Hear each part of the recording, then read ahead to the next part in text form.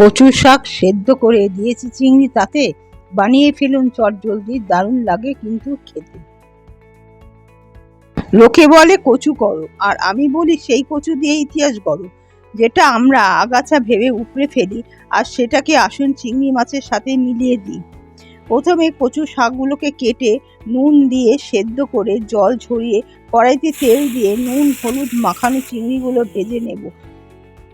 রসুন থেতো করে, শুকনো লঙ্কা গোটা জিরে ফোড়ন দিয়ে, রসুন ও আদা বাটা দিয়ে সেদ্ধ করা শাক কড়াইতে বিসর্জন দিয়ে স্বাদ মতো নুন হলুদ ও চিনি দিয়ে নাড়তে নাড়তে যখন জল শুকিয়ে তেল বেরোলো, ভাজা চিংড়িগুলো উপর থেকে ছড়িয়ে দিয়ে নাড়িয়ে নিলেই তৈরি বেস্ট কচু দিয়ে চিংড়ি।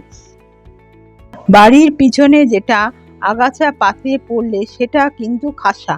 এখানে বলে রাখি, নামানোর আগে একটু লেবু ছড়িয়ে নেবেন যাতে গলা না চুলকায়।